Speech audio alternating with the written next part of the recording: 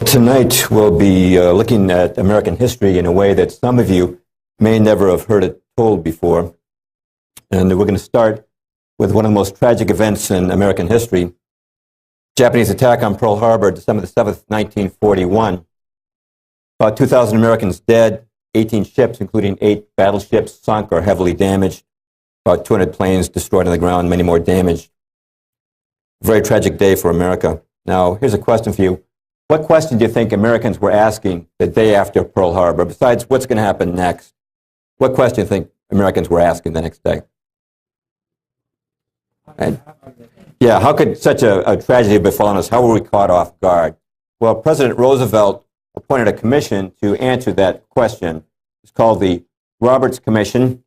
And the Roberts Commission could be called very Washington-friendly. Supreme Court Justice Owen Roberts, who headed it, was very close to Roosevelt, and retired Admiral Joseph Reeves had been given a job in Lend-Lease by Roosevelt. The 2 Army generals on the commission, one was on the personal staff of General George Marshall, the Army Chief of Staff, was chosen as a recommendation. The other was his close personal friend.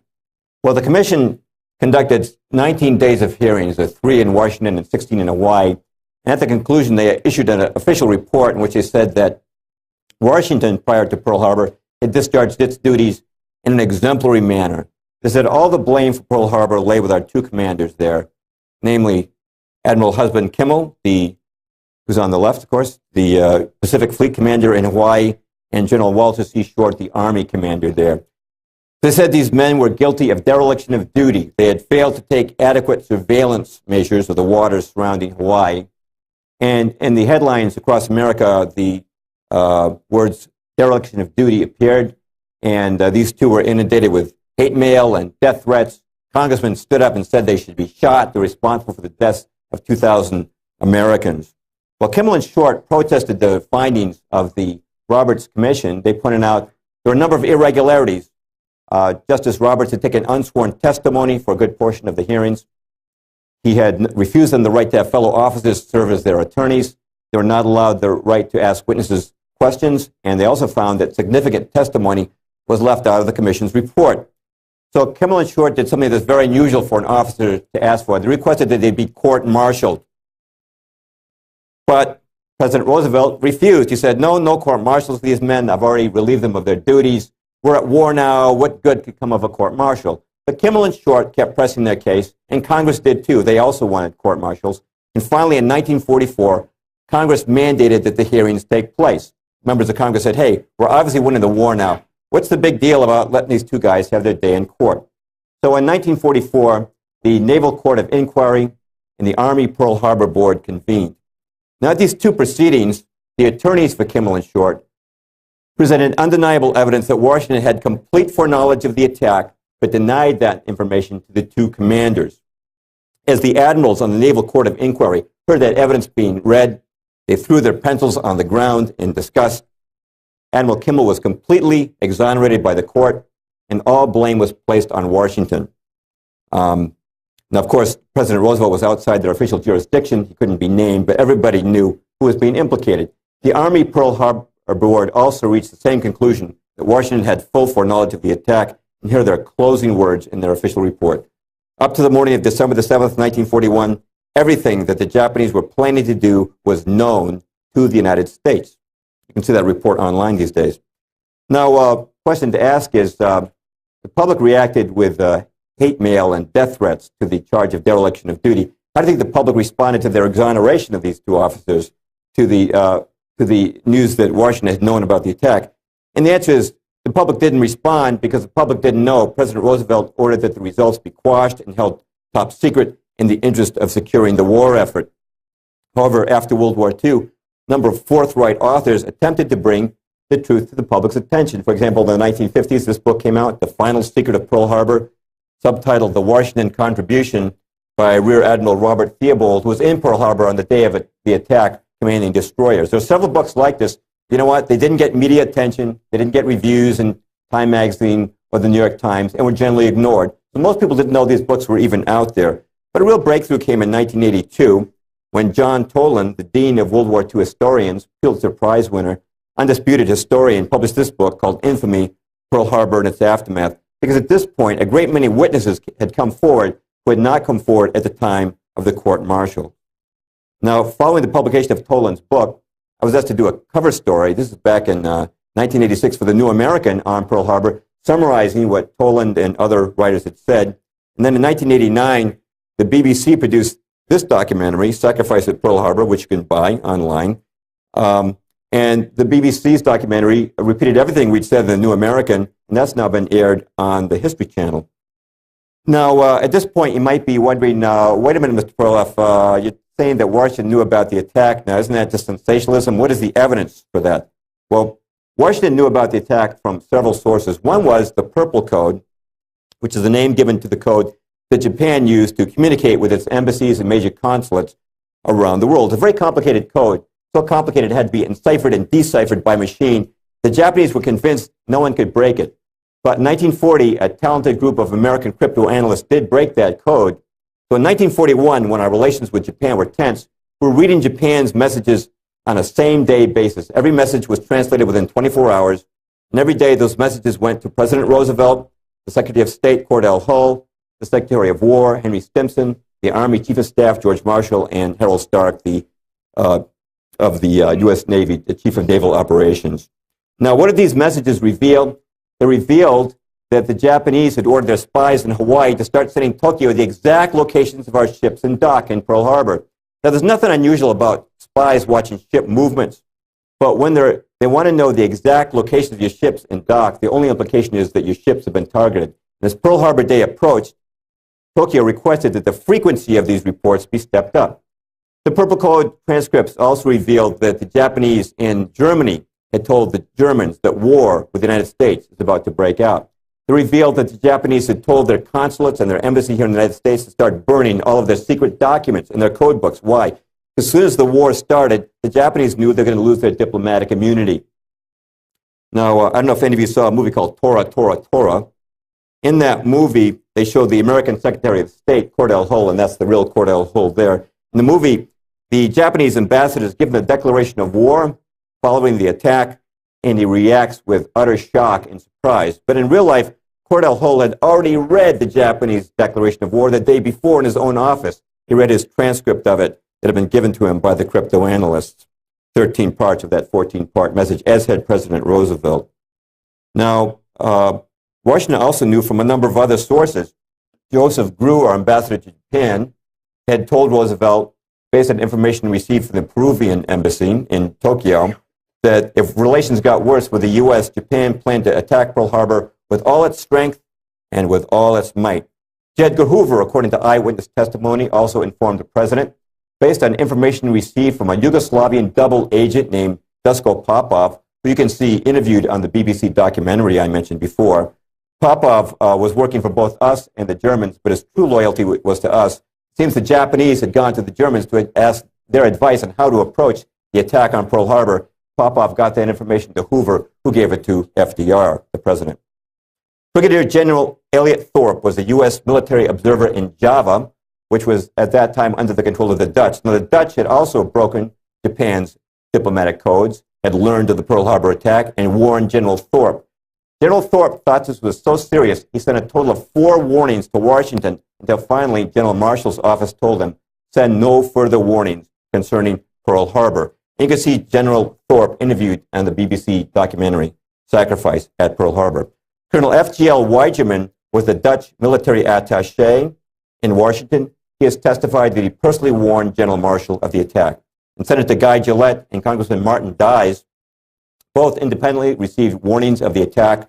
Both men later stated they had told President Roosevelt about the warnings they'd received, and in both cases he told them to just leave the information in his hands, the president's hands, and not to share it with anyone else.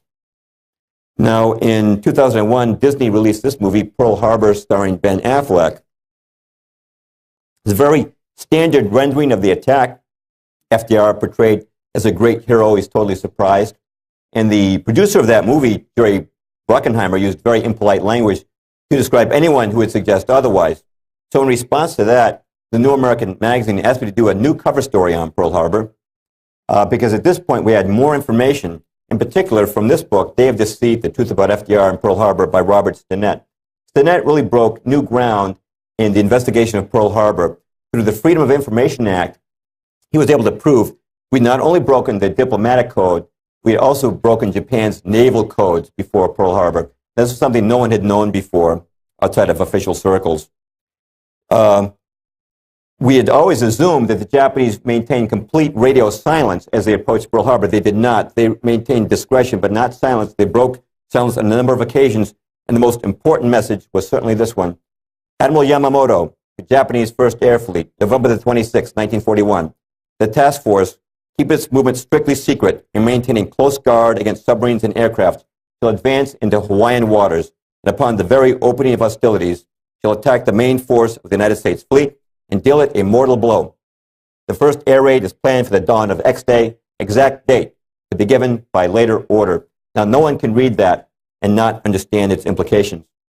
I'd like to mention that following publication of our articles in the New American, I received a note of thanks from Colonel Walter C. Short, U.S. Army retired, son of the late Pearl Harbor commander. We were also contacted by the attorney for the Kimmel family, who requested permission to use one of our New American articles in their own efforts to exonerate Admiral Kimmel. I'd also like to mention that by a resolution of the United States Congress, Kimmel and Short have been exonerated of any wrongdoing in the matter of Pearl Harbor. But how many people know that? How many people even know there's any controversy about Pearl Harbor? Because you know what? You don't read about this stuff in the New York Times. You don't read about it in public school history books. Well, as we're going to find out tonight, there's a lot of things you don't find in those types of sources. Let's go back to World War I now. Now, what got us into World War I? If you asked an historian, they'd give a number of different provocations, the Zimmerman note, but probably the incident that was most inflammatory to the public was the sinking of the Lusitania. Now, the Lusitania was a British passenger ship on its way from New York to England, 1915. At that time, England was at war with Germany, but we had not yet joined World War I. Well, the ship went down, and the Americans were told that the Germans simply sank this ship to be ruthless. They saw an innocent passenger ship, wanted to kill a lot of women and children, and so down it went. But that's not why the Germans sank it. They sank it because the Lusitania was loaded from one end to the other with munitions, millions of rounds of ammunition and many other munitions. Everyone who survived that disaster said there were two explosions, a smaller one and then a huge one. The small one was a torpedo hitting. The large one was the munitions detonating. The ship went down in just 18 minutes after a single torpedo hit. By the way, that's confirmed also by the logbook of the sub that sank Lusitania. The U-20's logbook said one torpedo followed by massive explosion. Equally significant, before the tragedy, Winston Churchill, who was then head of the British Admiralty, had ordered a study to be done to determine what the political impact would be if a British passenger ship was sunk with Americans on board. And there were almost 200 Americans on board the Lusitania. And prior to the sinking of the Lusitania, an exchange took place between Sir Edward Grey, the British foreign minister, and Edward Mandell House, who was President Woodrow Wilson's top advisor. Here's the exchange of communications. Grey: what will America do if the Germans sink an ocean liner with American passengers on board? House's reply: I believe that a flame of indignation would sweep the United States, and that by itself would be sufficient to carry us into the war. Joseph Kenworthy, who was then in British Naval Intelligence, Commander Kenworthy, said this: the Lusitania was deliberately sent at a considerably reduced speed into an area where a U-boat was known to be waiting and with their escorts withdrawn. What does he say? How can he say a U-boat was known to be waiting? Well, the British in 1915 had cracked Germany's naval codes, and they knew the approximate location of every U-boat at that time in the British Isles. They also knew the location of the U-boat, the U-20, by reports of its recent activities.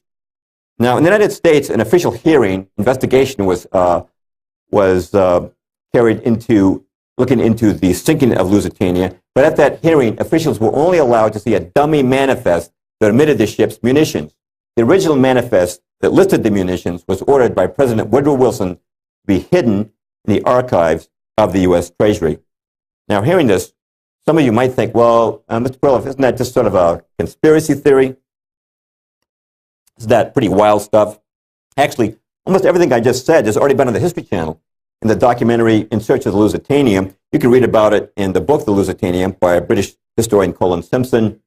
or in Room 40, which came out more recently by Patrick Beasley. Now, Beasley is a former officer in British naval intelligence, and he's considered the world's leading authority on the history of British naval intelligence. Here's what he writes in his book. I am reluctantly driven to the conclusion that there was a conspiracy, his words, to put the Lusitania at risk in the hopes that even an abortive attack on her would bring the United States into the war. All right, let's kick it back in history one more time now to the Spanish-American War. Now, what was the event that brought us into the Spanish-American War of 1898? Sinking of the Maine, that's right. Here's the Maine, the beautiful new battleship, sailed into Havana Harbor in 1898. And a few days later, an enormous explosion tore through the ship. That's what it looked like afterwards. 266 crewmen, that's most of the crew, lost their lives. Soon thereafter, headlines like this began to appear. Crisis at hand, cabinet in session, growing belief in Spanish treachery, McKinley suspicious of Spanish plot. And so America went to war. It was said that the Spanish had ordered the Maine to be sunk to intimidate us, and that they sunk it either with a mine or a torpedo. And the battle cry was, remember the Maine. But after that war, American historians continued to ponder the question, what really did sink the Maine? Well, the Discovery Channel has done a pretty good job of answering that. In 2002, they released this documentary, Unsolved History, Death of the USS Maine. Now, what they did was they asked naval engineers and other scientists from various fields to recreate the sinking of the Maine. Now, they didn't do a computer model. Believe it or not, they actually reconstructed part of the hull of the Maine using the exact same kind of steel, exact same kind of rivets. They consulted the original blueprints for the Maine, and they visited a sister ship, identical ship that's still afloat today before they did this. Then they took this hull and they applied explosive pressure under different conditions and compared the results they got to the photographed wreckage of the Maine. Now, the Maine no longer exists today, but at one point it had been raised and extensively photographed. Well, they were able to demonstrate from the results they got that there's no question that the Maine sank from an internal explosion. An external device like a torpedo or a mine creates a totally different effect on the hull. What does that mean? If correct, it means that in 1898, the United States went to war on a wrong pretext. Now, we started with Pearl Harbor in 1941. Let's start moving towards present time. Let's stop at the Korean War, 1950. The Korean War began in June of 1950 when Kim Il-sung, the dictator of North Korea, ordered his troops to invade South Korea. But here's a question I know very few people can answer this. How did Kim Il-sung and the communists come to power in North Korea? Very few people have an answer to that. Some people think, well, did Mao Zedong put him there? No, Mao Zedong came to power in 49 in China. This guy was already in power in 45. The answer is that we pretty much put him there in a roundabout way. And here's how it happened. During World War II, Joseph Stalin was our ally against the Germans. Now, he's a bad guy to have for an ally. You might remember, when the Germans invaded Poland in 1939, so did he. And like the Germans, he had put to death innumerable of his own people. But nonetheless, he was our ally against Germany, but not against Japan. He had a non-aggression pact with Japan. But at the Big Three Conference of Yalta, President Roosevelt asked Stalin if he'd break his non-aggression pact with Japan. He said, sure, I'll do it on one condition. The United States has to supply everything my Far Eastern Army will need. All the planes, tanks, jeeps, trucks, weapons, and food. You do that, and I'll send my army to fight the Japanese in the Far East. And Roosevelt agreed. And 100 American ships that were supposed to deliver supplies to USGIs in the Pacific were diverted to the Soviet Union. Now, this has to go down as one of the worst foreign policy moves of all time. When does Stalin move into China to, quote-unquote, fight the Japanese? After we've already dropped the atom bomb on Hiroshima. The Japanese surrender less than a week away. There's no need to have Stalin come into that theater of the war. But there he goes, and he captures the Japanese surrendered munitions without having to fight for them, and he turns those, as well as American Lend-Lease supplies, over to Mao Zedong for the overthrow of the nationalist government. But what about Korea? We're talking about Korea. Well, Korea until now has been a protectorate of Japan, a colony of Japan. What to do with it after the war? Well, as we'll see tonight, America's most influential journal of foreign policy is called Foreign Affairs. In 1944, Foreign Affairs ran an article called Korea in the Post-War World. What they proposed was that after the war, Korea should be divided into a trusteeship. This same deal, you recall, was given to Germany after the war. Germany was divided into East and West, right? We and the Allies got the West, and the Russians got the East. Foreign Affairs proposed the same deal for Korea. They said that after the war, we should take over the South, and our noble co-victors in the Pacific, the Soviets, should get control of the North. Well, that proposal was put to Stalin by Harry Truman at the Potsdam Conference, and naturally he accepted. But I want to stress, this is an American idea. This is an American idea. Now, some people I like to become my own critic once in a while, might say something like this. Now, Mr. Perloff, look, sir, you have to understand, the guys who make our foreign policy are just good Joes like you and me. But sometimes they make mistakes, like all good Joes. Mr. Perloff, have you ever made a mistake? You have? Oh, what a surprise. So do the guys who make our foreign policy. Look, yeah, we'll score you a point on the fact that it wasn't a good idea to let Stalin take charge of North Korea, okay? But you don't have to get all paranoid about it, you know? Look, it's easy for you to pass judgment on this stuff 60 years after the fact, but those guys were working with the information they had at that time. The fact of the matter is, Mr. Perloff, there's no sinister conspiracy here, okay? The fact of the matter is that what happened in Korea can be very simply explained by the fact that accidents do happen. The guys made a boo-boo, that's all. All right, well, before we dismiss this as a boo-boo, I want to point out that this little boo-boo cost over 50,000 American soldiers their lives in the Korean War, and over 1.1 million Koreans. That's how many died in the Korean War.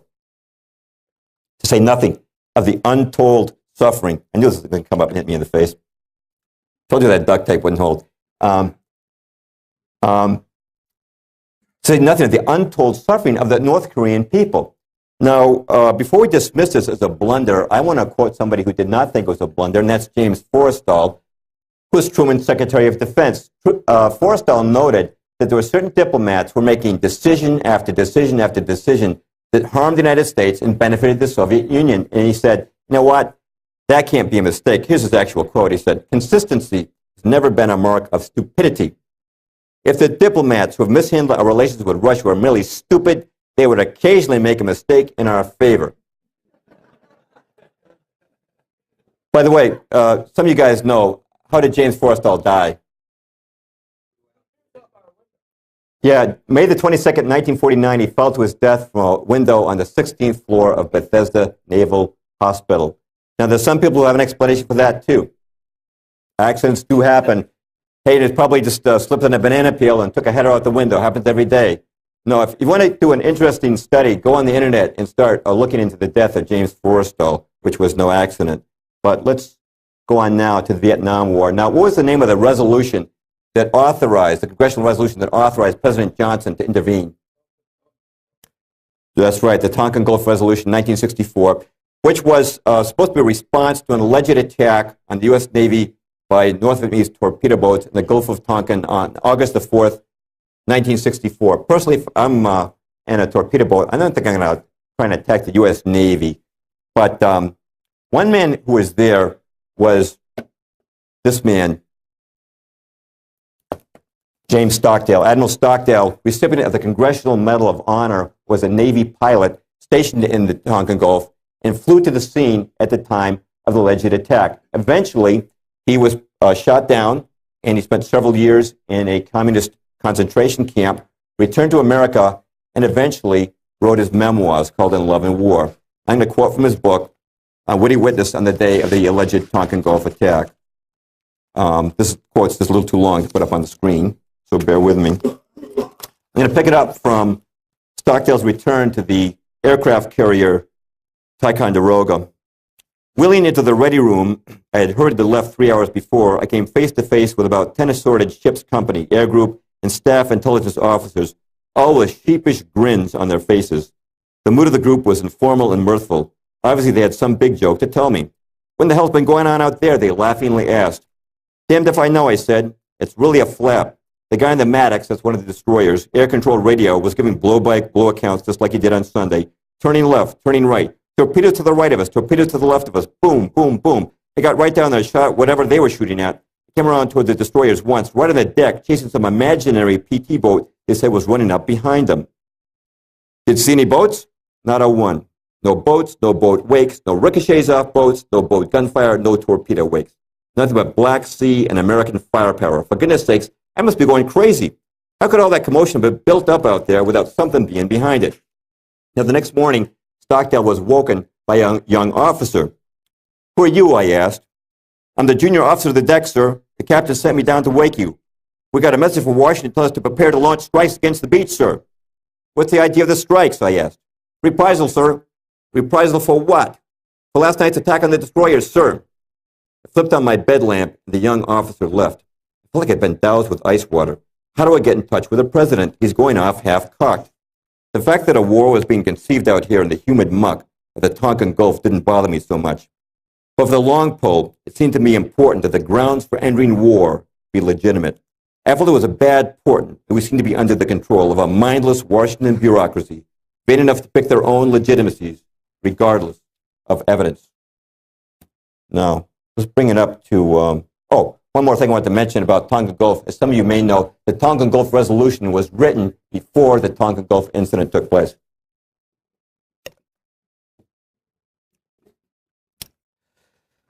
All right, war in Iraq. I just want to mention something here that I have friends who are in Iraq or have fought there, and Ed, who opened us tonight up here, has a son who's serving as an officer right now in Iraq. And I know this is a controversial war. I just want to assure you that none of us here are speaking critically out of unpatriotic motives. We regard patriotism as a virtue. I just want to say one thing about the war in Iraq, which is today we're being told we're in Iraq to bring freedom and democracy to the Iraqi people.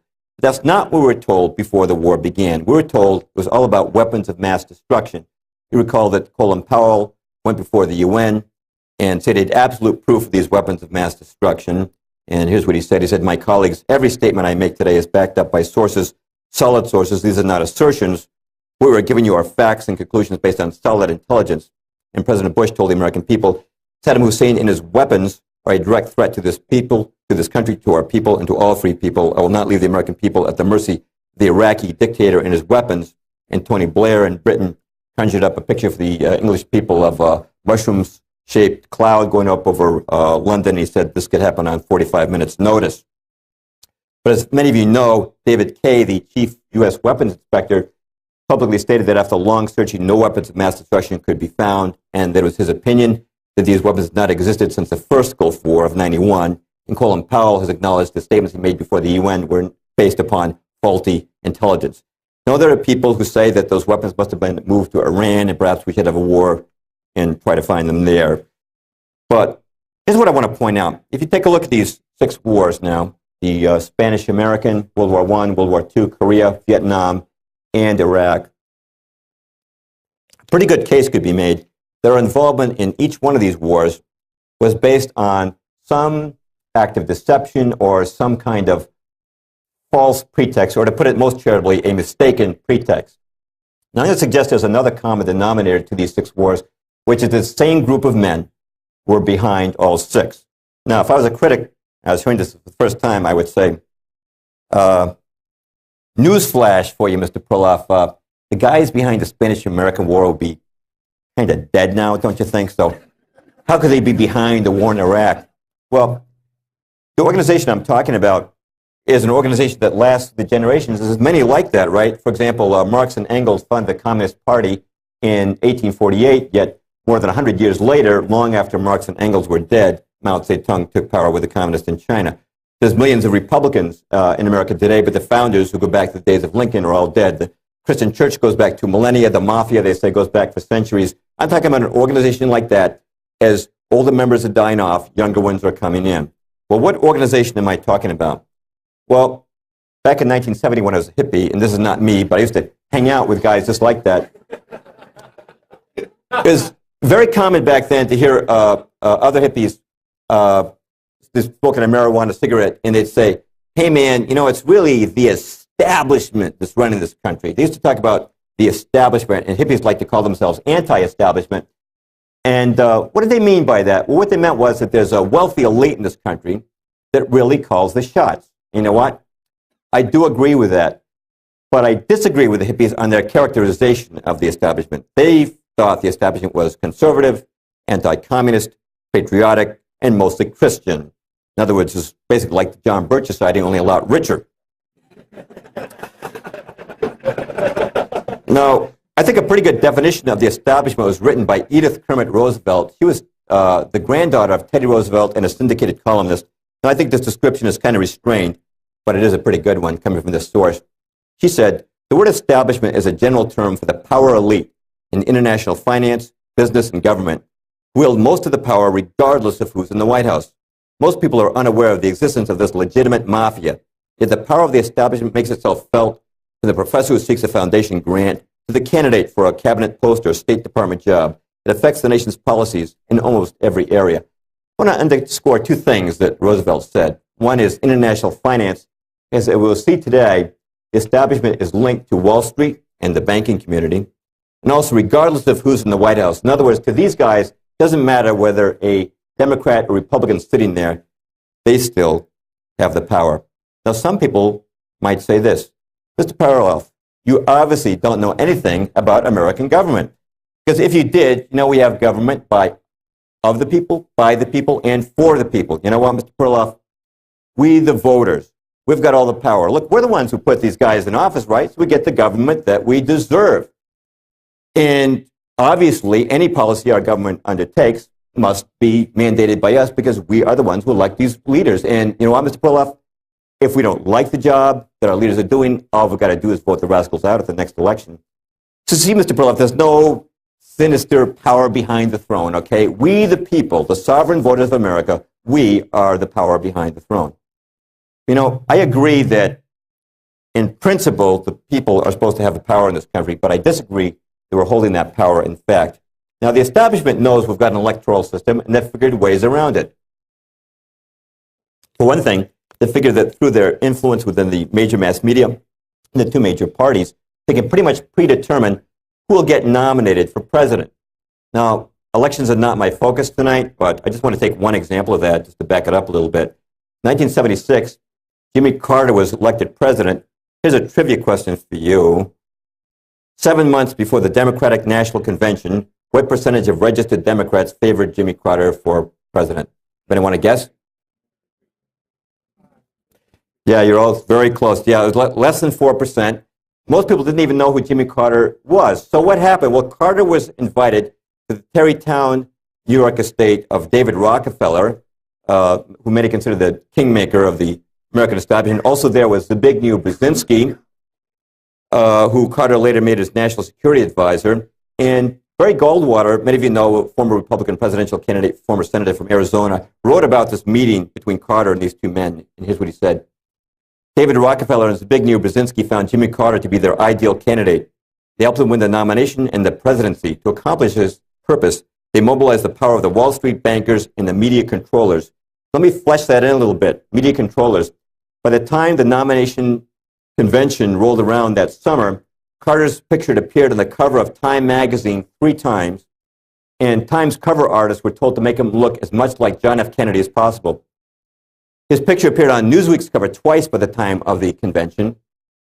The New York Times ran a number of puff pieces on Jimmy Carter, including a piece in the New York Times Magazine. The Wall Street Journal ran an editorial saying the best possible Democratic candidate making the best president for America would be Jimmy Carter. And of course, that swung the businessman vote. And every night, the 3 networks at that time, NBC, ABC, and CBS, inundated people with pictures of Jimmy Carter. And guess what? When the convention came around, Jimmy Carter got the nomination. But do you think that he got that nomination because all across America, the sovereign voters of America spontaneously decided that they wanted Jimmy Carter for president? Or was it because he was picked in a high place and packaged and sold to the American public? I respectfully suggest that it was the latter, and I also respectfully suggest that it's been the latter for most of our major party candidates over the last century.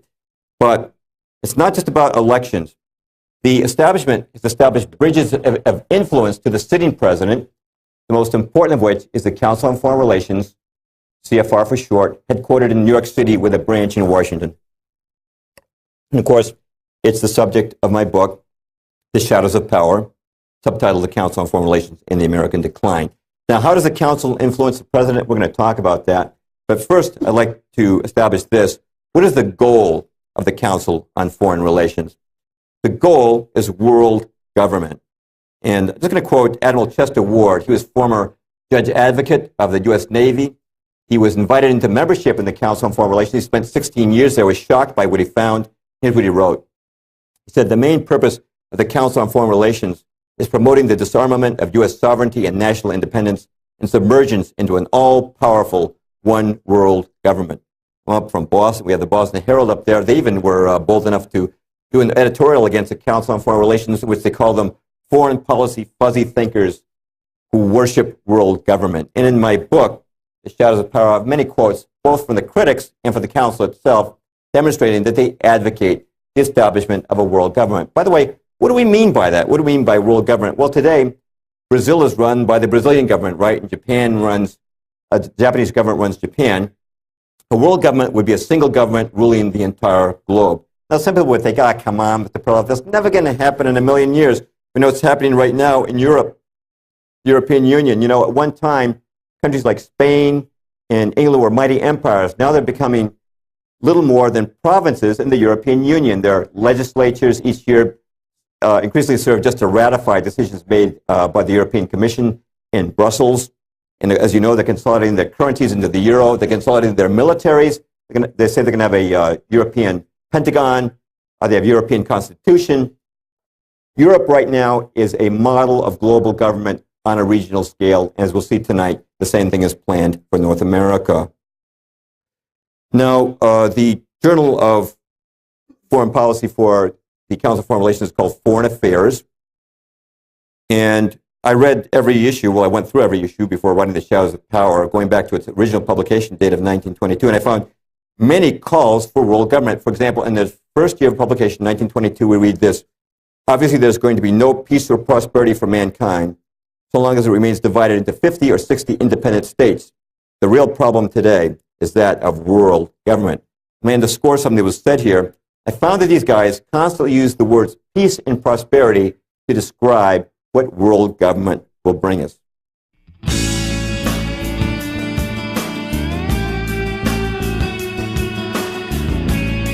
What they say is, there's nothing worse than war, right?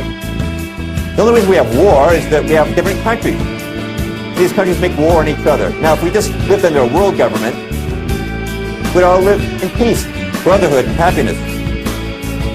Well, contradicting that is this man, Professor Rudolf Rummel, Professor Emeritus of Political Science at the University of Hawaii, did an interesting study on death in the 20th century.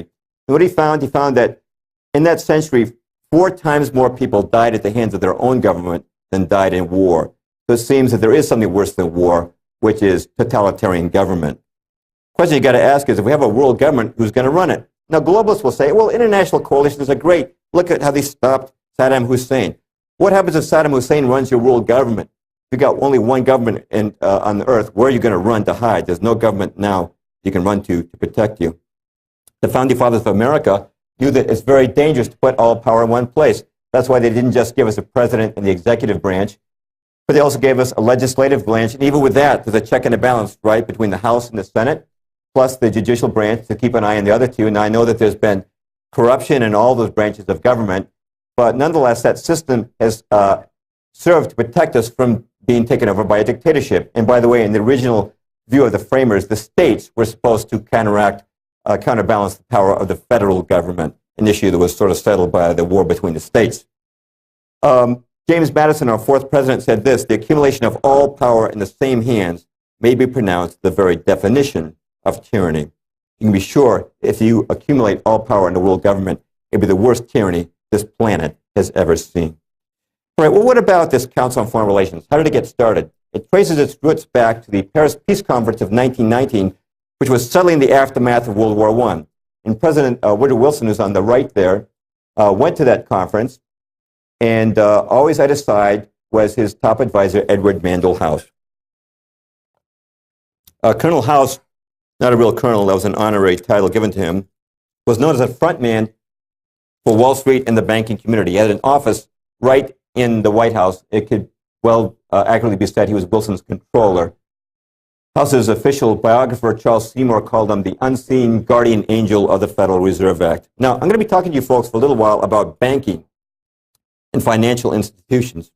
It might seem like I've pulled a switch on you. You may say, Mr. Perloff, you started talking about foreign policy and war, and now you're talking about banking. Why the switch? Well, as we're going to see, the financial establishment is inextricably tied to the foreign policy establishment. You can't understand one without understanding the other. So bear with me, and the relationship will soon become apparent. By the way, it's not surprising that a plan for world control would be tied to financial centers. What do we say buys the most influence in this world? Humanly speaking, we say money makes the world go round, right?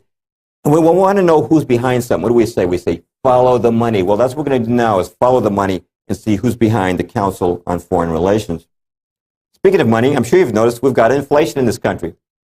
I was looking at price levels in 1962 the other day. 1962, a postage stamp was 4 cents, a candy bar was a nickel, and a movie theater ticket was 50 cents. I went to Colby College freshman in 1969. The tuition was $2,600, now up to about $40,000. My father brought a brand new Toyota Corolla in 1969 for $2,400. You know, the dollar's lost more than 95% of its value since 1913. And it looks like it's inevitable we're going to have inflation, you know. We're told it's inevitable as death and taxes. It does look that way. You know, every year for the last 50 years, we've had inflation, not deflation. That's true. If you look at the Consumer Price Index, the CPI, every year we've had inflation, not deflation. So it looks inevitable, but it's not. By the way, how does the establishment try to explain inflation? They explain it kind of like this. You know, it's the fault of the American worker. Some guy has a baby, and he goes to his boss. He says, "Boss, I just had a baby. Can I have a raise of $20 a week?" And the boss says, "Well, Joe, I'd like to give you a raise of $20 a week. The only way I can afford to do that is by raising our prices $20 a week. I'll have to pass that cost on to our customers." So the guys doing business with Joe's company say, "Well, you guys are raising your prices $20 a week. We'll have to do the same thing." So all across America, prices go up because greedy Joe had a baby and asked for a raise. And guys like him, right? Well, that's one of the explanations we give. Well, that's not the case. Inflation is not inevitable. I'm going to show you a very interesting graph. These are price levels in America going back to 1665. And I want you to notice that for the first 250 years of our history, we had no net inflation. It's only over the last century we've had this skyrocketing inflation. Now, some people might object and say, "Hey, Mr. Perloff, there's some blips in there." Yeah, what are those blips? Those blips are wars. The first one is the Revolutionary War. The second one is War of 1812. The third one is the Civil War. In wartime, our government, like many governments, has printed money to pay the cost of the war. You know what happens when you print money? You get inflation, right? But notice that after the wars, money returned to its normal value. Did you know that 1900 a dollar was worth exactly what it was worth in 1770, the days of George Washington? No net inflation for 130 years. But look at this war, World War I. All of a sudden, we inflate again, and it starts to go back down, and that's mostly the Great Depression when we had some deflation. And then it just takes off. Well, what happens? Something's obviously changed. You know, there's no effect without a cause. What's the cause of that change in America? And the change was caused by the introduction of the Federal Reserve. Now, I know that Ben Bernanke has taken over at the Fed, but I still have Greenspan's picture up there. It's still, I think, a more familiar face to most Americans. Now, the Fed chairman has been called the economic czar of America. Why? Because he sets interest rates in this country. By doing that, he and the board, I should say, set the interest rates. By doing that, they also set the tenor of the stock market. You know, if interest rates are really high, CDs start to look attractive, money starts flowing out of the stock market. Or conversely, if interest rates are low, money tends to move into the stock market, pushing stock prices higher. And, you know, mutual fund managers are always listening when the Fed chairman speaks very nervously with their thumbs on the buy and sell buttons, hoping to get some hint of the direction that interest rates are going to take. Now, how did the Federal Reserve get started? Most people would say, I have no clue.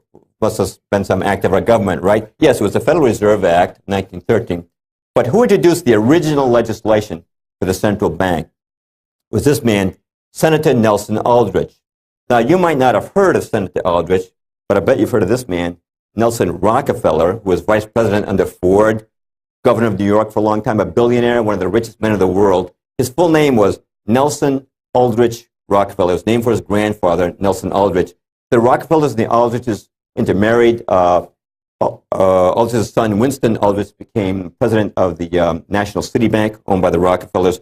And when Aldrich spoke on Capitol Hill, when Senator Aldrich spoke, people understood he was speaking for the Rockefellers and their allies.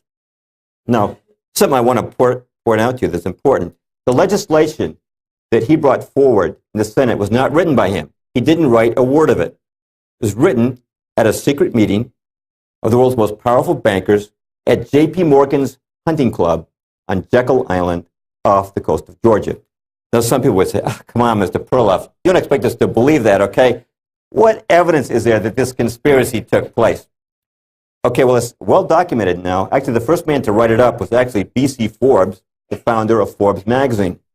And one of the men who was there later wrote about it in his memoirs. That's Frank Vanderlip, who was a president of National City Bank. You've all heard of Citibank. It used to be called National City Bank, owned by the Rockefellers, and Vanderlip was his president. And here's what he said in his memoirs. There was an occasion near the close of 1910 when I was as secretive, indeed as furtive as any conspirator. I do not feel there's any exaggeration to speak of our secret expedition to Jekyll Island as the occasion of the actual conception of the Federal Reserve System. We were told to leave our last names behind us. We were told further that we should avoid dining together on the night of our departure. We were instructed to come one at a time and as unobtrusively as possible to the terminal of the New Jersey Littoral of the Hudson, where Senator Aldrich's private car would be in readiness attached to the rear end of the train for the south. Once aboard the private car, we began to observe the taboo that had been fixed on last names. Discovery, we knew, simply must not happen. If it would be discovered that our particular group had got together and written a banking bill, that bill would have no chance whatever of passage by Congress, unquote. Okay, who's at this meeting? Representatives of the three most powerful banking houses in the world. It's kind of like a meeting of the mafia dons. Representing the House of Rockefeller are Vanderlip and Aldrich. Representing the House of J.P. Morgan, from left to right, are Benjamin Strong, head of J.P. Morgan's Bankers Trust Company. In the middle is Henry Davison, senior partner in J.P. Morgan and Company. And on the right is Charles Norton of the First National Bank, also owned by Morgan. But the most powerful figure at this meeting was the man representing Europe's Rothschild family, Paul Warburg. Now, you might not have heard of Warburg, but if you've ever seen the musical Annie or the old comic strip Little Orphan Annie, you've seen him caricaturized. You might recall that Annie had a rich benefactor, the richest man in the world, named Daddy Warbucks. Well, the cartoonist simply took the name Warburg and changed it to Warbucks. Actually, myself, I think that this fictional banker is a better representation of Warburg. But who was Warburg? Well, Paul Warburg was a German banker, a partner with the Rothschilds, who'd grown rich in Europe by establishing central banks to loan money to the governments of Europe. And in 1902, the Rothschilds sent Warburg to America with instructions to found a similar bank here in the United States. As soon as he came here, he became a partner in Kuhn, Loeb and Company, which was the Rothschild banking satellite in New York City. And he quickly formed an alliance with John D. Rockefeller and J.P. Morgan. Now, this alliance was nothing new. It went way back. The Rothschilds had actually provided the original seed money for the Standard Oil fortune of Rockefeller. They'd also bailed out J.P. Morgan when his firm was in trouble in the 19th century. Now, in 1907, J.P. Morgan, who owned a large number of newspapers, started a rumor about the insolvency of a couple of rival banks, namely the Knickerbocker Bank of New York and the Trust Company of America. This led to runs on these banks. If you've seen that movie, It's a Wonderful Life, you've seen an example of a run on the bank. You know, banks loan out the money that's on deposit. That's how they make their profits. But if all the depositors were to panic and run to the bank and ask for their money, and the bank had loaned out too much of it, the bank could collapse. That's what happened to these two banks. This spread to other banks and became known as the Panic of 1907. Immediately following that, Morgan's newspapers and Rockefeller's newspapers and Senator Aldrich began clamoring America must have a central bank to prevent any repetition of such a crisis, and that became the Federal Reserve. Now, why do they want a central bank? Well, who do you suppose Woodrow Wilson appoints vice chairman of the original Federal Reserve will set America's interest rates? Ba-bum, Paul Warburg. The very guy who ran the meeting on Jekyll Island is now put in charge of the system. Who's put in charge of the New York Federal Reserve, the system's nucleus? Benjamin Strong. The very guys who devised the Federal Reserve Act are now given control of the system. In other words, the coyotes are now in charge of the henhouse. But why do they want a central bank? Well, Paul Warburg at Kuhn Loeb was making an annual salary of $500,000 a year. That's a lot of money back then. That's equivalent to more than $10 million a year now. Paul Warburg gave up that position to accept a job on the Federal Reserve Board, a position that paid only $12,000 a year. Now, why did he do that? Some people might say, well, Jim, I'm sure that when Warburg came to this country, he must have gotten caught up in a frenzy of patriotism. And in this mad frenzy of patriotism, he altruistically gave up his job at Kuhn Loeb so he could join the Federal Reserve Board and stabilize the American economy. I don't think that was it. I think Paul Warburg said to himself, why should I make a diddling 500,000 at Kuhn Loeb when I can make countless millions for myself and my friends in high finance by setting interest rates in this country on the Federal Reserve Board? Snap my fingers once, stock market's going to go up. Snap them twice, stock market's going to go down. Now, I feel a critic coming on. Charles Lindbergh Sr. was one of the most eminent men in Congress and helped lead the fight against the Federal Reserve. That's right, there was a fight against the Federal Reserve. There are many who I could quote on this, but I'm going to quote Congressman Lindbergh because his name has recognition value. Here's what he said when the bill was being debated. Here's what he said on the floor of the House. This act establishes the most gigantic trust on earth. When the president signs this act, the invisible government by the money power, proven to exist by the money trust investigation, will be legalized. Let's stop right there. What does he mean by the money power? He's talking about the alliance between the houses of Rockefeller, Morgan, and Rothschild. The money power overawes the legislative and executive forces of the nation. I have seen these forces exerted during the different stages of this bill. From now on, depressions will be scientifically created. The new law will create inflation whenever the trust wants inflation. If the trust can get a period of inflation, they figure they can unload stocks on the people at high prices during the excitement, then bring on a panic and buy them back at low prices. The people may not know it immediately, but the day of reckoning is only a few years removed. Now, these words by Lindbergh were pure political prophecy. Was there inflation, like he said? Yeah, take a look. As soon as you get the Federal Reserve, that's when your inflation starts occurring. Was there a stock market excitement, like he said, with the people entering into a panic stage where the rich could buy them back at low prices? Yes, that was the stock market crash of 1929.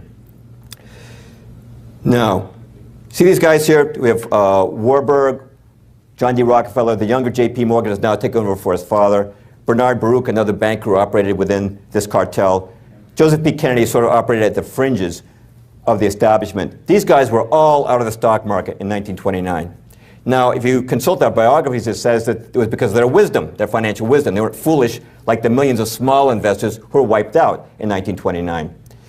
But I suggest there's another reason, which is control. If you knew in 1929 that the Federal Reserve was about to jack up interest rates, you could be out of the market. Louis McFadden, Congressman McFadden, was head of the chairman of the House Banking Committee. He said this of the stock market crash of 1929. It was not accidental.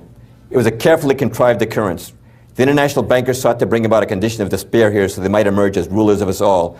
When the Federal Reserve Act was passed, the people of these United States did not perceive that a world banking system was being set up here, a superstate controlled by international bankers acting together for their own pleasure. A quote you didn't find in the New York Times. Curtis Dahl was Franklin D. Roosevelt's son-in-law. He was a broker for Lehman Brothers. He was on the floor of the New York Stock Exchange on Black Friday in 1929. He said this of the crash. It was the calculated shearing of the public by the world money powers. But the Fed was not just about controlling the stock market. Motive number two was creation of money from nothing. Now, there's a book that really details this well. I recommend it to you very strongly. It's called The Creature from Jekyll Island by G. Edward Griffin. Best book that's out there on the Fed. It's about sold out now, right, Ed? We do have, I think, one copy back there for sale. We'll be taking orders for more. This is a fabulous book. I consider it one of the 10 most important political books that you can read. Now, we have a very expensive government, as you know. In fact, over the last 5 years, the average federal deficit has been over $300 billion a year, which means that on a given day, our government spends about $1 billion more than it takes in. Now, how does our government take in money? Through taxes, right, collecting taxes, and also through sale of bonds. Actually, bonds are kind of a lousy way to fund the government because it's just money that the government borrows and has to repay later, plus interest. Nonetheless, if you take all the money from taxes and bonds, it still isn't enough to meet the federal budget. So how does the government get away with that? I mean, how can they keep paying defense contractors and Medicare recipients and welfare recipients when they're not taking in the money? Where do they get the money from? They get it from the Fed. I'm going to loosely borrow an illustration given by Mr. Griffin in his book. Let's say that the federal government is short $1 billion it needs to pay the salaries of the employees of the federal government. Here's what they do. Congress sends a representative of the Treasury over to the Fed building, which is on the right. And at the Fed, an officer literally writes out a check for $1 billion to the U.S. Treasury. Now, we want to point out here is this is not based on any assets that the Fed holds. No assets are being withdrawn from the Fed. It's fiat money. It's money created from nothing. Now, if you or I did that, we wrote a check with nothing to back it up, we'd go to jail. But the Fed can do it. It's legal. They call it monetizing the debt. Now, some people would say, well, Mr. Perloff, that helps our government meet its obligations. How did that ever help the bankers? Well, for one thing, by creating money from nothing, they gave the U.S. government a license to spend money on wars and other policies that the establishment wanted them to undertake without limit. And of course, corporations like your modern Bechtel and Halliburton could now become the recipients of great government largesse when the government could create money from nothing. But it also benefited the bankers directly. These guys who sat at Jekyll Island were no stooges. They understood what they were doing. They knew this. What are the employees of the federal government going to do with that $1 billion in salary that's just been created from nothing? They're going to go deposit it in their banks. You've just created $1 billion in bank deposits for nothing. How does a banker make his money? By loaning out the money on deposit. The more that's on deposit, the more he can loan out and the richer he can get. By the way, that $1 billion actually becomes $10 billion because under the Federal Reserve's rules, a bank needs to have only $1 on deposit for every 10 that it loans out. What did that mean for the bankers? It meant big-time profits. What did it mean for us? It meant inflation. No inflation prior to the Fed. Now, this is a woman in Germany in the 1920s. She's using money in her stove as fuel. You probably heard of the great German inflation of the 1920s. To pay off their war debt, the Germans printed massive amounts of money. It was so bad, the inflation, that it took 200 million marks just to buy a loaf of bread. And people used to walk down the street with their money in a wheelbarrow. Well, when the Fed creates money from nothing, it's doing the same thing. Now, that's not as bad as in Germany in the 1920s, but they're doing the same thing. And they don't even have to print the money nowadays. They just create it electronically. How can you fight a war in Iraq and not raise taxes? You inflate the currency. Now, I should mention that politicians love this system. You know why? They know if you raise taxes, that's a kiss of death at election time. But if you fund the government by simply creating more money, who do we blame? Do we blame the government or the Fed? No, we blame the grocery store. Why are you raising prices again? We blame the, college tuition is going up, we blame the college. We never look at the actual source, which is the government. But the bankers had a problem. Okay, we're creating billions of dollars from nothing, but to be profitable, those deposits have to be loaned to somebody. Now, who do you suppose they wanted to loan that money to? They're creating from nothing. Think they wanted to loan it to a guy like me? No. For one thing, I don't borrow that much. Also, my business might go belly up. They wanted to loan it to one particular individual. You know who it was? This man right here. That's right. They wanted to take the money they created from nothing by the Fed and loan it right back to Uncle Sam, which brings us to reason number 3 for the Fed. Interest on loans to the American government. The Fed was empowered to buy and sell bonds for the federal government and to have a voice in setting the rates on those bonds. And who was going to buy up those bonds? Naturally, they would. So, of course, you and I can buy a bond too, but the bankers knew very well that they were going to buy most of them. But they still had a problem. How's the American government going to pay back all the interest on all this debt? Because in 1913, the American government had very few sources of revenue. Its biggest source of revenue at that time was tariffs. You know what they came up with? They came up with the income tax. Some people don't know there was no income tax in this country before 1913. In fact, in 1895, the Supreme Court ruled that an income tax was unconstitutional. The only way to get an income tax enacted was to pass an amendment, or try to pass an amendment, to the Constitution. Now, who introduced the income tax amendment? You only get one guess on this. What legislator? Nelson Aldrich, the same man introduced the original legislation for our central bank. Now, why did the American people accept the income tax? Also, originally it was only 1% of your income. And naturally, Senator Aldrich and all the other co-sponsors promised, don't worry, it'll never go above 1%. So Americans said, hey, I'm a patriotic Joe. If Uncle Sam needs 1% of my income and I always can keep the other 99%, no problem. But you know what happened? A few years later, Congress raised it a smidge and another smidge until after a few smidges, we're all paying 18, right, 28, 33% of our income in federal income tax, because the bankers understood this principle. If you want to boil a frog, you can't just drop him in boiling water. He'll jump out. If you want to boil a frog, put him in lukewarm water and gradually turn up to a boil, and he'll never even know he's been cooked. And that's what they did with the income tax. The intention all along was to raise it from the 1%. Now, some people would say this, Jim, That's foolish. The rich wouldn't want an income tax. The income tax soaks the rich. Well, it's true. If you know a guy who's making $100,000 or $200,000 a year, that guy probably pays a lot of tax, but not these guys. Now, in 1970, when I was 18, I worked for Kelly Labor in downtown Boston at minimum wage, $1.80 an hour. You know, I paid more income tax that year than the billionaire Nelson Rockefeller, who didn't pay 1 cent in income tax. How do we know that? Because when he became vice president under Ford, he had to reveal his income tax returns. Back in the 1930s, the Bacora hearings revealed that J.P. Morgan had not paid any income tax at all in 1931 and 1932. How did these guys get away with it? Well, the main way is they put their assets into tax-free foundations, which is a whole other subject we're not going into tonight. But those foundations serve to further the power and influence of the establishment, for example, by providing funds for colleges to force them to teach a certain agenda to their students. Now, look at these dates with me, 1913, 1914. Now, in 1913, the bankers have established the Federal Reserve, which enables them to make billions of dollars out of nothing, which they can loan to the federal government at interest rates they themselves will set. Also in 1913, they've established the income tax by which they can extract repayment from the American people. Only one thing is missing. America needs a reason to borrow. Now, if only something would happen that would cause the American people to borrow money, if only something would happen to cause a lot of borrowing.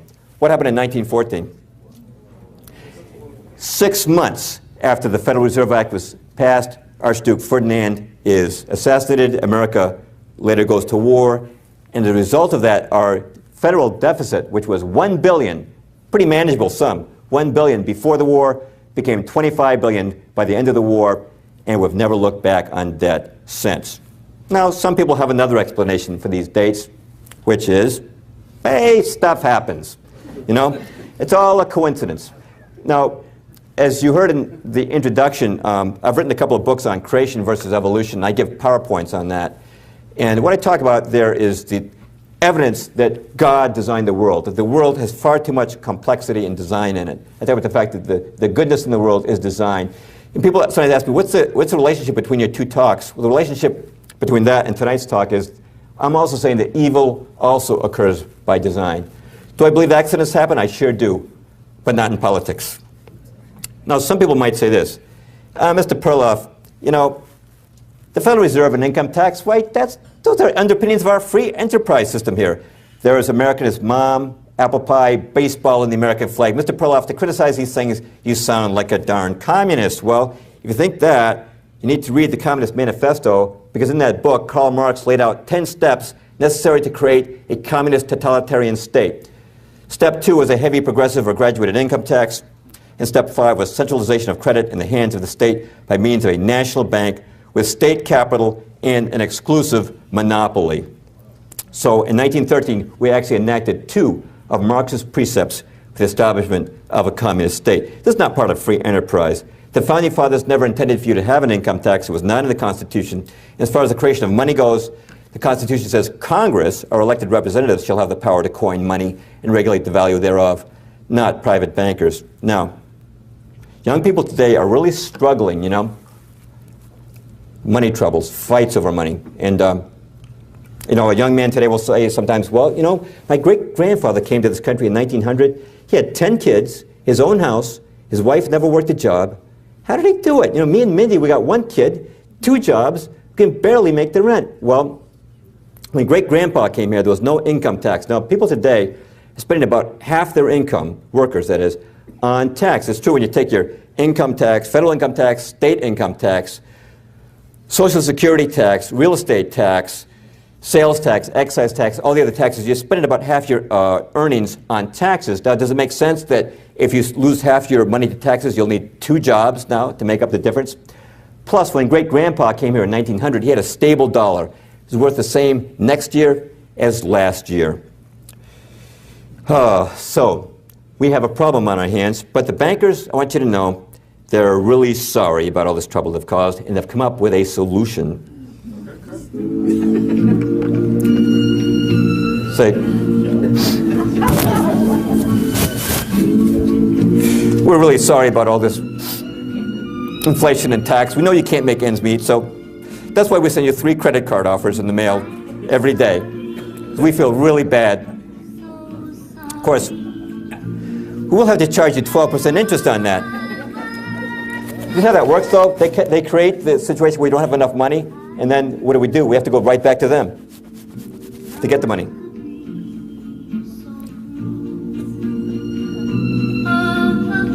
Good voice, that Greenspan. Well, when the Federal Reserve was being planned on Jekyll Island in 1910, the president at that time was William Howard Taft. And Taft was opposed to the Aldrich plan for a central bank. For that reason, the bankers decided to get rid of him. And the man they chose to replace him was Woodrow Wilson. Now, Wilson, prior to running, met with Bernard Baruch, who was part of the cartel, and he promised Baruch he would do 4 things if he was made president. He would lend an ear to advice on who should occupy his cabinet. He would support a central bank. He would support an income tax, and lend an ear to advice if a war broke out in Europe. Now, the problem was how to get this stiff-looking professor from Princeton elected over the very popular incumbent, William Howard Taft. The strategy they used was to split the Republican vote. J.P. Morgan and company put money on the former Republican president, Teddy Roosevelt, who ran what was called the Bull Moose, the short-lived Bull Moose ticket. And Republicans split their votes between Taft and Roosevelt, and Wilson got elected with only 42% of the vote. Watch the career of Woodrow Wilson take off after the establishment gets behind him. In 1910, he's a political unknown, president of Princeton, no political experience. 1911, with the establishment behind him, he's elected governor of New Jersey. You have to give this guy a little political experience before we can run him for president. 1912, with the full power of the media, which in those days meant newspapers behind him, Wilson's elected president. In 1913, the Federal Reserve and income tax become reality, his first year in office. 1914, World War I begins. 1915, the Lusitania goes down. Wilson hides the manifest, if you remember that. 1916, Wilson is re-elected on the campaign slogan, "He kept us out of war." But as soon as he's re-elected, he moves to get a congressional declaration of war, which he achieves in 1917. In 1918, the Germans surrender, America's entry into the war having turned the balance of power against them. And in 1919, the Paris Peace Conference convenes to settle the aftermath of the war. Who does Wilson appoint to head the U.S. delegation to the Paris Peace Conference? Paul Warburg. According to Wilson, only Warburg is qualified to run the Fed or to represent America at the Paris Peace Conference. Who does Wilson appoint to be his economic advisor at the conference? Bernard Baruch, the same man he made those pledges to before running. And always at his side, Edward Mandell House, the banker's front man. Now, Wilson's chief proposal, of course, at the Paris Peace Conference, the one he's most famous for, was the League of Nations. Many people think he originated that concept. He did not. It originated with House, who we see here at the Paris Peace Conference, and the bankers.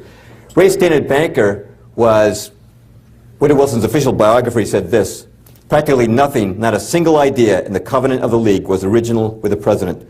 Charles Seymour, who was House's official biographer, said, Wilson approved the House draft almost in its entirety, and his own rewriting of it was practically confined to phraseology. Now, what were the bankers after?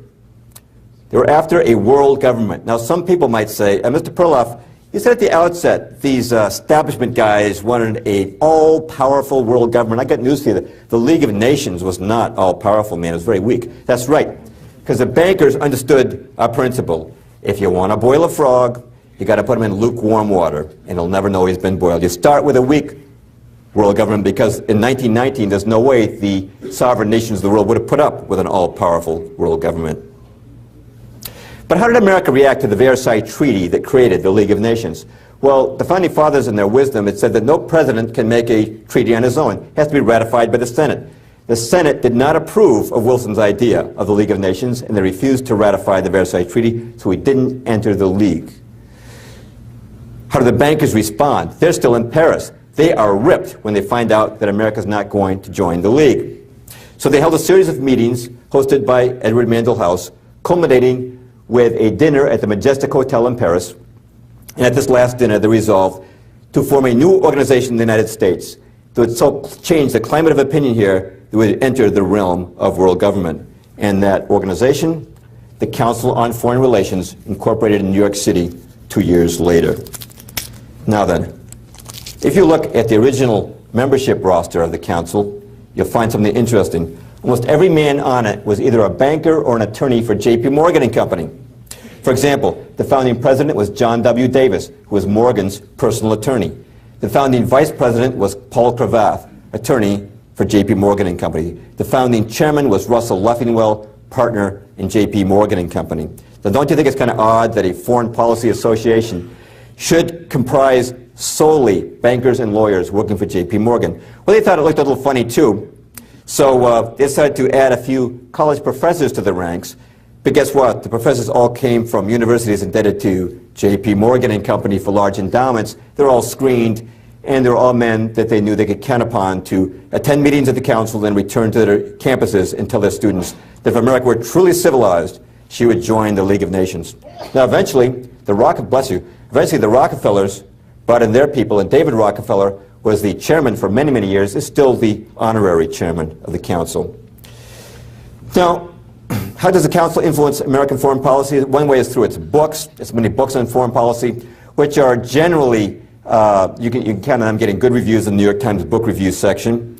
Also through its journal, Foreign Affairs. Now, most people never heard of Foreign Affairs, but you know what? Time magazine calls this the most influential journal in print. It's like the Bible of the State Department. It's said that if you want to know what American foreign policy will be doing tomorrow, just read Foreign Affairs today. But the most important way, I'm sure, that the council influences American foreign policy is by directly supplying cabinet-level personnel for Washington.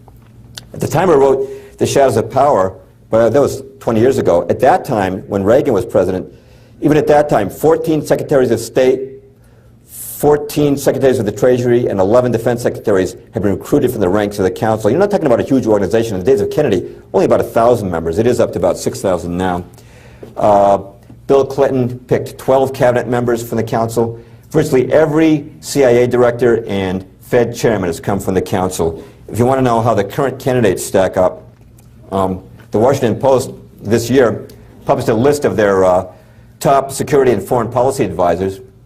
For McClain, 18 out of 34 belong to the council. For Obama, 10 out of 23. And for Hillary, 14 out of 21. So if any one of them gets elected, you can expect you're not going to see too much change. Now, what foreign policy programs has the council actually created? I'm going to take 3 examples from right after World War II.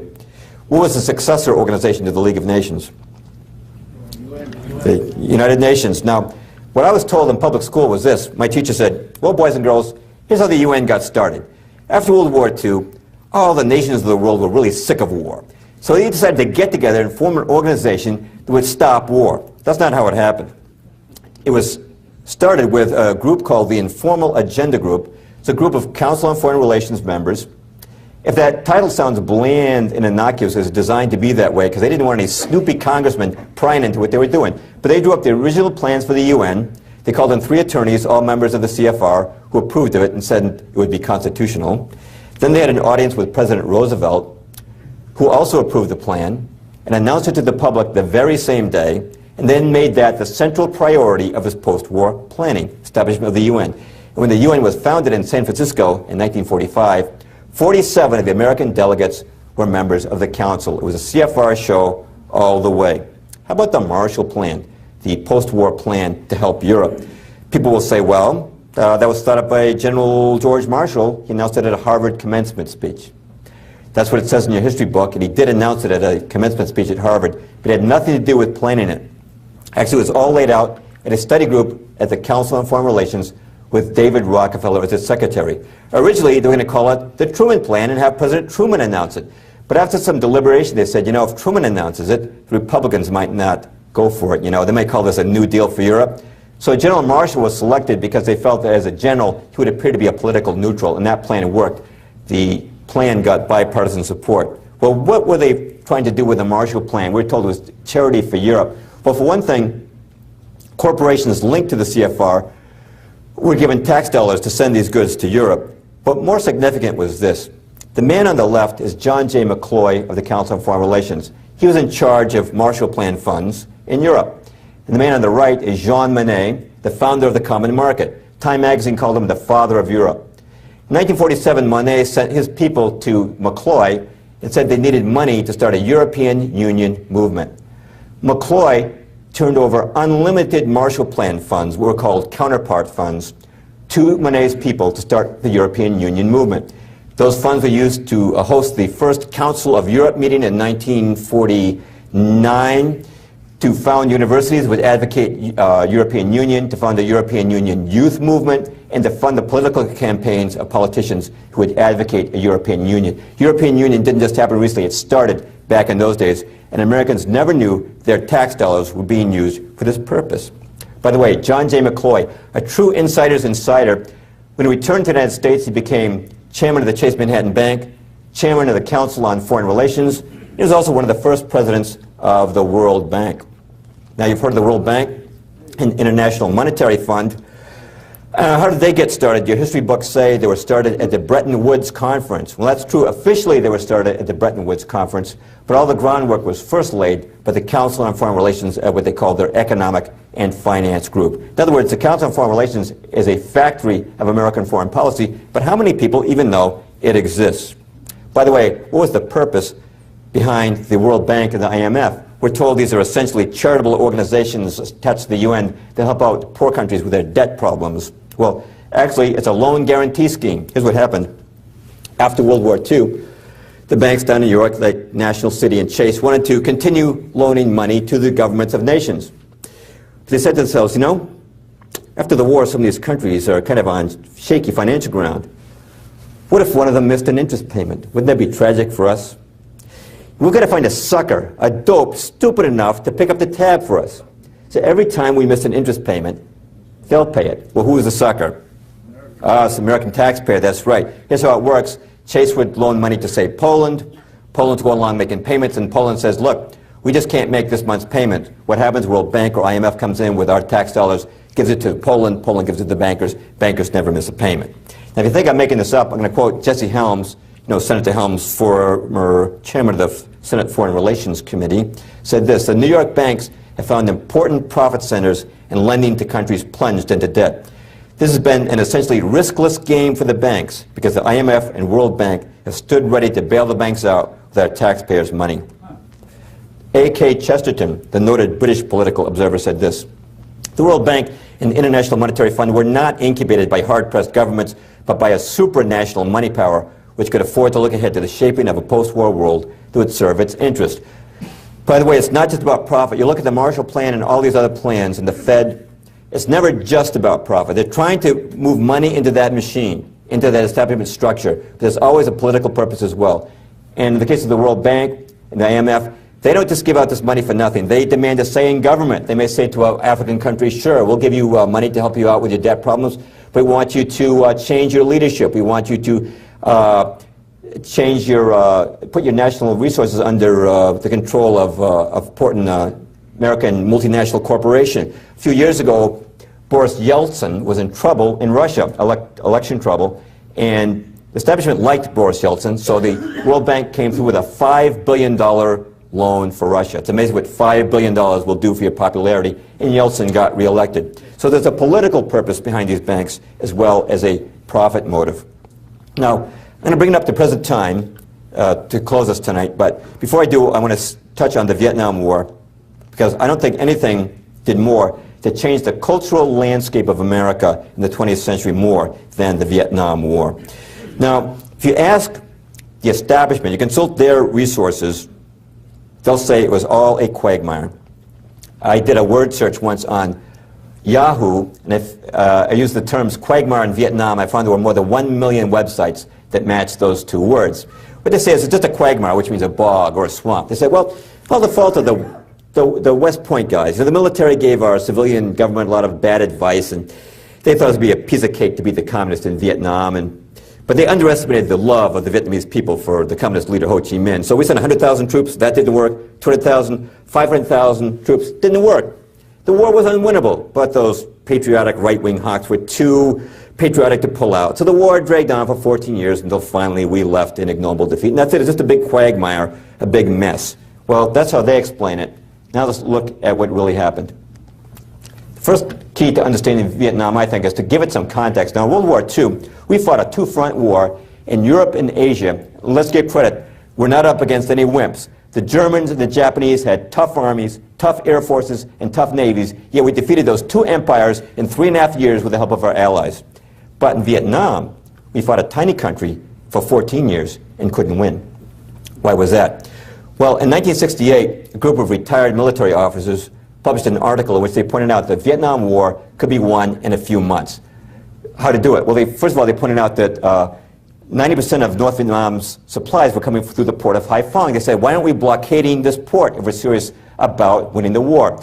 Now, the supplies were coming down the Ho Chi Minh Trail to the south, and President Johnson was periodically bombing the trail, but the Vietnamese just pulled off the trail and waited until the bombs had been dropped and went back on. These officers pointed out that the trail needed to be blocked with troops.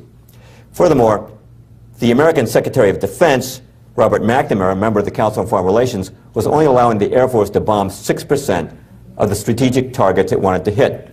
94% were denied by him. By the way, when he left the Defense Department, became president of the World Bank. Nice club these guys are in. But the worst thing was probably the rules of engagement, which were not declassified until 1985 when they took up 26 pages of fine print in the Congressional Record. According to the rules of engagement, you could not bomb an enemy fighter plane on the ground. You had to wait until it was up in the air and showing hostile intent. You couldn't shoot at the enemy first. You had to let him shoot at you first. You couldn't bomb a missile-to-air surface launch site. You had to wait until it was fully operational. Now, suppose we'd fought like that in World War II. Let's go back for a moment to the jaunty days of the Royal Air Force. Let's say the RAF is flying over Germany, and one of the pilots says, "A wing commander, there appear to be about 50 Messerschmitt fighters on the airfield below us, sir. Shall we commence a strike, sir?" And the wing commander says, "I know, chaps. Wouldn't be cricket, you know. Got to give those Jerrys a fair warning first. Let them get up in the air first, I say. Let them take the first shot at us, I say.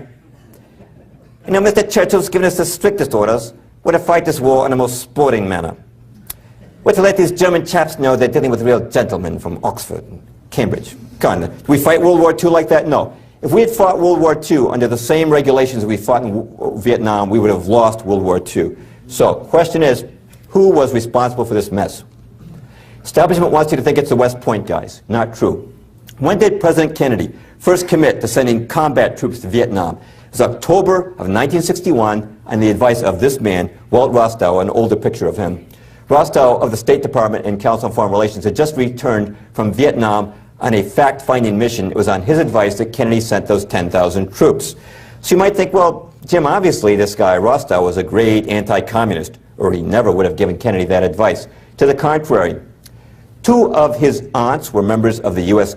Communist Party. His father had been a Marxist revolutionary in Russia.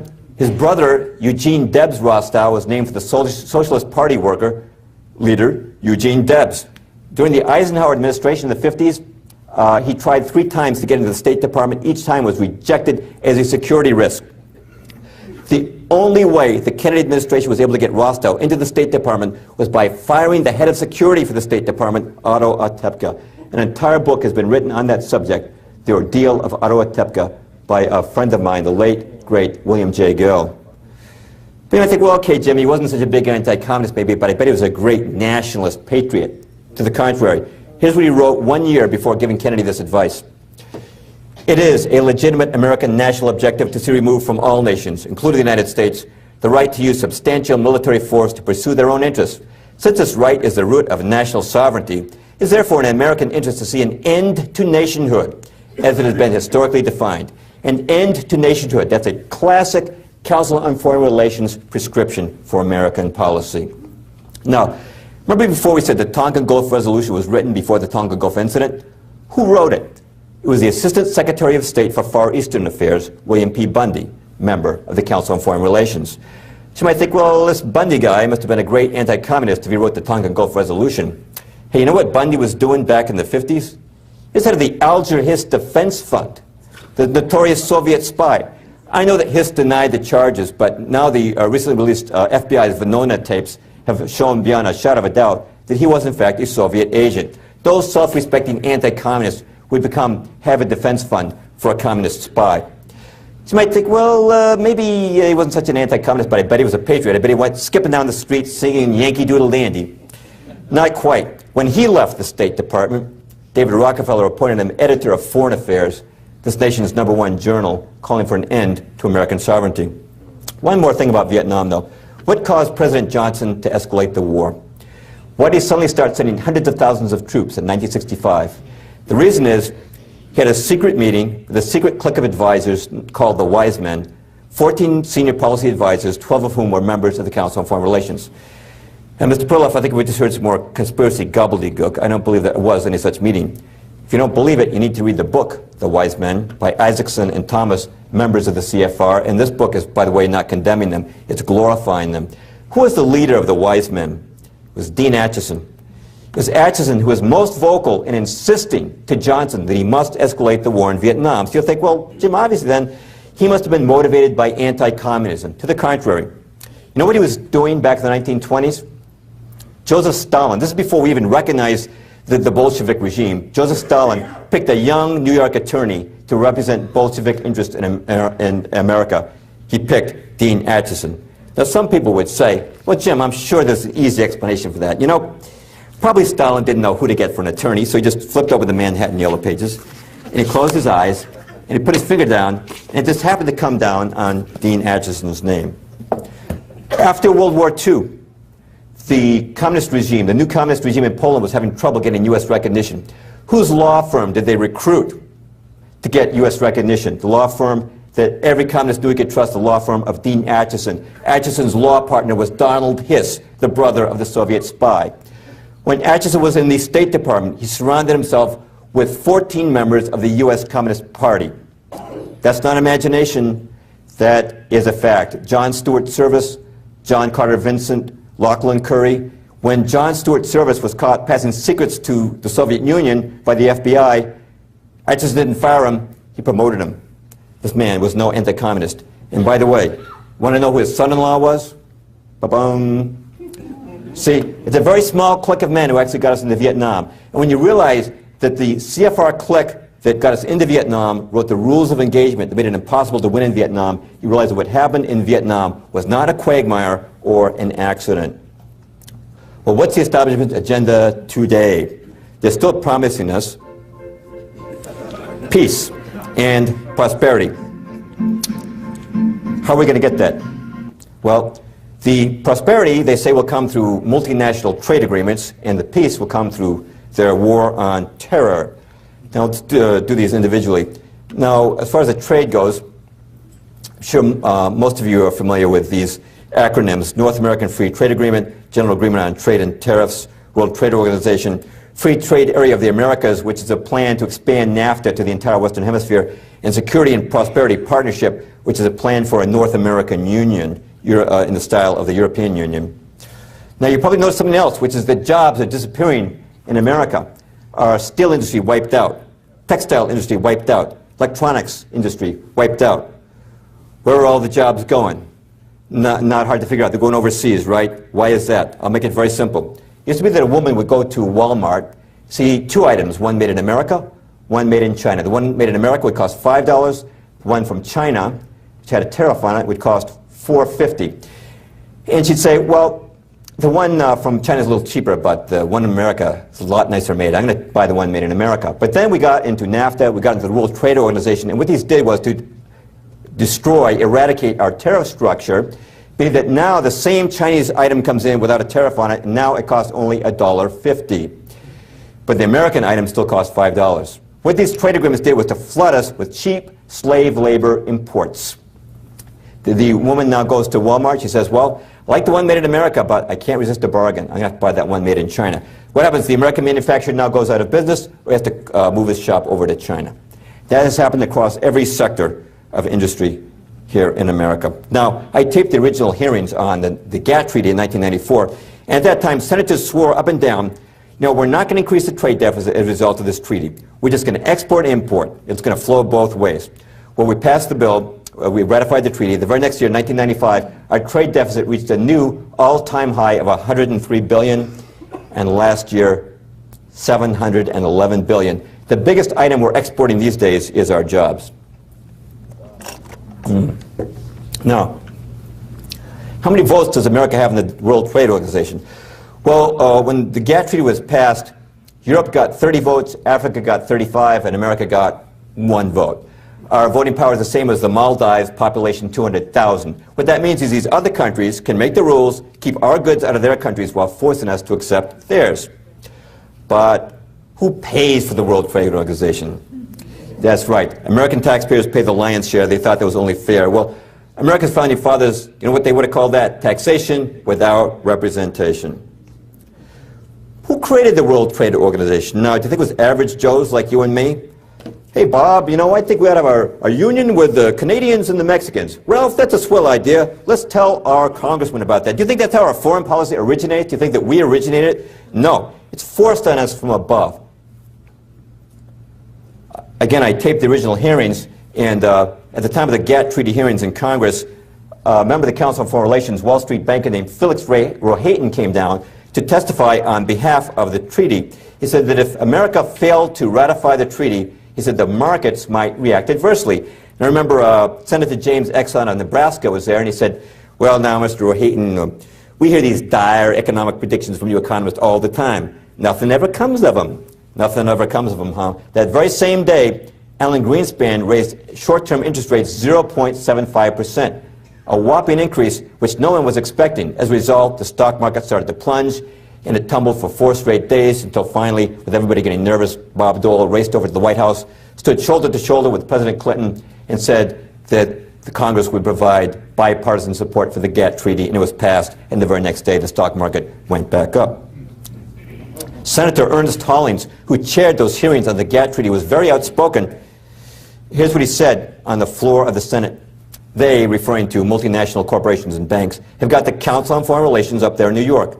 If you ever run for president, they'll invite you. You can get out, you can get their contributions, you can get their support. I've been there, I know what I'm talking about. But that is what our friend David Rockefeller and all that got that steam together. It's not about jobs, it's about money. Well, they're getting rich and we're losing jobs. They're debilitating and destroying us. Well, I would take it even a step further than what Senator Hollings said. It's about more than money.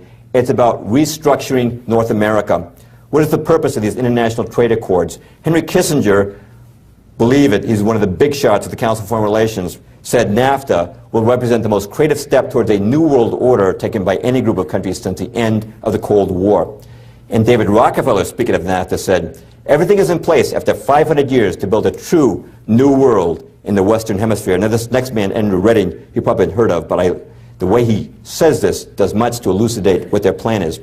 NAFTA will signal the formation, however tentatively, of a new political unit, North America. With economic integration will come political integration. By whatever name, this is an incipient form of international government. Following the lead of the Europeans, North Americans should begin considering formation of a continental parliament. See what he's saying there? How economic consolidation will lead to political? Same thing happened in Europe. They started out with a common market, right? And they told Europeans, all we want to do is create prosperity. We just want to knock down the tariffs and have free trade. But guess what? Then they said, look, with all this trade going on, we need some common laws to regulate it. So they came up with the European Parliament. Now they've got the European Union. Now you've got your euro. Now your sovereignty is going down the drain. Same thing is planned for America. Now how about the war on terror? We're all against terrorism, but many of us are concerned that the war on terror has given our government unprecedented powers to spy on its own citizens. And where did the Department of Homeland Security come? A lot of people think it was invented after 9/11. It actually came before 9/11. It was recommended by the U.S. Commission on National Security, a 12-person task force, 9 of whose members were members of the Council on Foreign Relations. And what they recommended was what they called a National Homeland Security Agency, the exact words used by President Bush after 9/11. One question we really have is, who's going to be ultimately defined as a terrorist? Now, one answer to that comes from Anna Quindlen. She's a columnist for Newsweek. After 9/11, she published a column called The Terrorist Here at Home. And who do you think she was talking about when she said the terrorist here at home? Pro-life movement. Here's what she wrote. She said, there's no real ideological difference between these people, the pro-life movement, and the people who flew planes into the World Trade Center. One of the leaders of Operation Rescue once sent his followers a letter that concluded, return to the training so that God may use you. Sound familiar? What's Quinlan saying here? That the pro-life people should be classified as terrorists. Now, if that happened under Homeland Security, they could lose their websites, have their assets frozen, be prosecuted without due process, right? Now, there's a connection between the trade agreements and the war on terror. Yes, they're both being used to advocate consolidating the North American countries into one union. Robert Pastor of the Council on Foreign Relations wrote this in Foreign Affairs about security. He said, security fears serve as a catalyst for deeper integration. That will require new structures to assure mutual security. The Department of Homeland Security should expand its mission to include continental security, a shift best achieved by incorporating Mexican and Canadian perspectives and personnel into its design and operation. And so it's coming now, the Security and Prosperity Partnership of North America. Most people don't know it, but President Bush has already signed the agreement with President Fox of Mexico and Prime Minister Martin of Canada to begin the process of unionizing, creating a union with Canada and Mexico. And this was missed completely by the mass media, except for Lou Dobbs of CNN, who said this about the new agreement. He said, President Bush signed a formal agreement that will end the United States as we know it. And he took the step without approval from either the U.S. Congress or the people of the United States. We are not writing our own foreign policy. Now, by the way, are these regional blocs like the European Union and Security and Prosperity Partnership, are they ends in themselves? No. They're just stepping stones towards world government, which is world tyranny. Joseph Stalin, the dictator of the Soviet Union, understood this principle. Here's what he wrote. Populations will more readily abandon their national loyalties to a vague regional loyalty than they will for a world authority. Later, the regionals can be brought all the way into a single world dictatorship. And to hear it from the Council on Foreign Relations, Zbigniew Brzezinski said this, we cannot leap into world government in one quick step. The precondition for genuine globalization is progressive regionalization. And that pretty much completes my talk, except I want to touch on one more thing. I'm going to become my own critic again. Mr. Perloff, I've been listening to you talk here all night, and some of the things you say are a little bit interesting. But you know what, Mr. Perloff? There's an easy litmus test by which we disprove everything you've said tonight. See, Mr. Perloff, our founding fathers gave us freedom of the press. Freedom of speech, freedom of the press. So you can be sure there are no big secrets in America. Now, here in America, we have a lot of choices. You live up there in Boston, Mr. Perloff. You can read the Boston Globe, but if you don't like it, read the Times or the Post or any other of many major daily newspapers. If you don't like your news in a daily format, Mr. Perloff, you can get it in a weekly format from one of these fine news resources. Or, if you don't like to read, Mr. Perloff, and I suspect you don't, you can get it from television news. Now, Mr. Perloff, this is a small sampling of our media marketplace. It's a marketplace of ideas. Now, are you seriously trying to suggest that all the reporters for all these media outlets missed all these stories we've been missing about tonight? I don't think so, Mr. Perloff. You know what? I think you have no credibility. Why should we believe a goofball like you? Well, we can turn to a respected source of news and information like the New York Times. I tell you what, Mr. Perloff, I'll believe the stuff you've been saying the day the New York Times prints it. Until then, don't waste your breath on me, huh? All right. What about that? Well, you better believe that an establishment that's powerful enough to control our government and our banks is also powerful enough to run the media. And you better be sure they're also smart enough to have figured out a long time ago that if they want their agenda passed, they're going to have to control the media that shapes public opinion. Just to take the New York Times as an example, because this is not a talk on the media tonight. In the 19th century, the Rothschilds sent their agent, August Belmont, who's in the upper left there. That was not his real name. They thought August Belmont would sound pretty classy. And he and J.P. Morgan offered money to Alfred Ox if he would buy a newspaper that would represent establishment interest in America. And Ox took that money, and he bought a small newspaper called the New York Times, which at that time has a circulation of just 9,000. But with the power of Rothschild and Morgan behind him, Ox turned the New York Times into the world's most powerful newspaper. He immediately moved it to new headquarters, plush new headquarters at what is now called Times Square. He was able to buy famous writers, bring them into the fold, buy up channels of distribution. But I just want to point out the New York Times was not built on integrity, it was built on money. And from Ox, the ownership passed on to Sulzberger, Dreyfus, and Sulzberger, all members of the Council on Foreign Relations. And if you look at the Times editorial history, you'll find they've consistently supported the policies advocated by the CFR. For example, when Paul Warburg was up for vice chairman of the Fed and congressmen were making noises about this guy, the New York Times published an editorial saying what a great patriot he was. The guy next to Fidel Castro there is New York Times reporter Herbert L. Matthews. It was his articles in the New York Times that persuaded Americans that Castro was not a communist, but was actually the George Washington of Cuba. Matthews, member of the Council on Foreign Relations. The man in the lower left, Leslie Gelb, New York Times editor, one of the key figures behind the Pentagon Papers, which demoralized America so much during the Vietnam War. So you might think, well, maybe Gelb will expose the CFR. Not likely. He was its president for 10 years, still its president emeritus. When you talk about the New York Times and the Council on Foreign Relations, you're talking about two faces of the same institution. They are not going to expose each other. What looks at first like great diversity actually is not. Our Boston Globe up in Boston is owned by the New York Times, just as the Washington Post owns, Post Company owns Newsweek, just as Disney owns ABC News, just as CBS owns the big publisher Simon & Schuster. Or take a look at one corporation, AOL Time Warner owns America Online, Time Magazine, Warner Brothers, CNN, Turner Broadcasting, HBO, Sports Illustrated, 130 magazines not even listed here.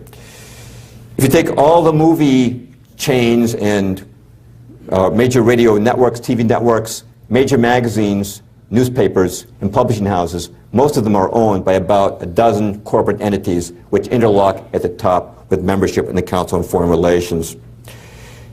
My final quote confirming this comes from David Rockefeller himself, who said this at a dinner in 1991. We are grateful to the Washington Post, the New York Times, Time Magazine, and other great publications whose directors have attended our meetings and respected their promises of discretion. For almost 40 years, it would have been impossible for us to develop our plan for the world if we'd been subject to the bright lights of publicity during these years. But the world is now more sophisticated and prepared to march towards a world government. We shall never again know war, but only what?